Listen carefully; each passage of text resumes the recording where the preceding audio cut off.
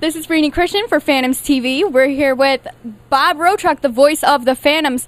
Bob, we're here to talk training camp. A lot of guys out there.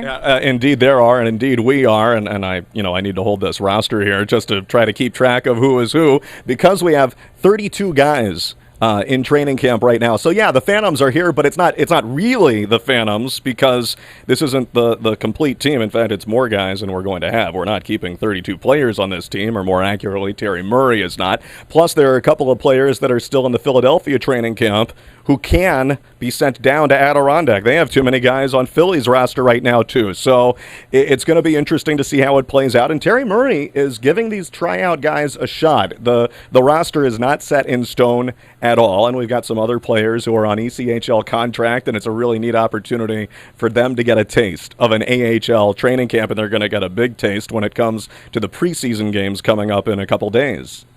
A lot of familiar faces, though.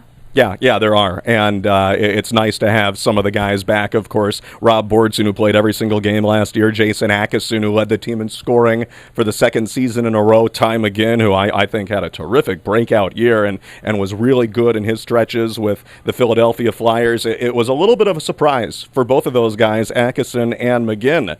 They were sent down from Philadelphia at the end of last week, and I think, including me, I think a lot of people expected that they would stay up in the Flyers training camp for longer than that. Maybe they wouldn't make Philadelphia's opening night roster, but they would have gotten a longer look just based on what they had done last year. Oliver Lordson is still up there with Philly. Now, whether he sticks or not is still to be decided. The big defenseman, he did great in his last month and change with the Philadelphia Flyers. I think he's probably going to end up coming back here, but it's not up to us. It's up to Peter Laviolette and Paul Holmgren and, Terry Murray on his decisions here with the ECHL guys. And then we've got some veterans as well that are being added to the team. So you've got a mix of the returning guys and a couple older new veterans to the team. Jan Dani, a 32-year-old goalie, Edmonton Oilers and Oklahoma City last year.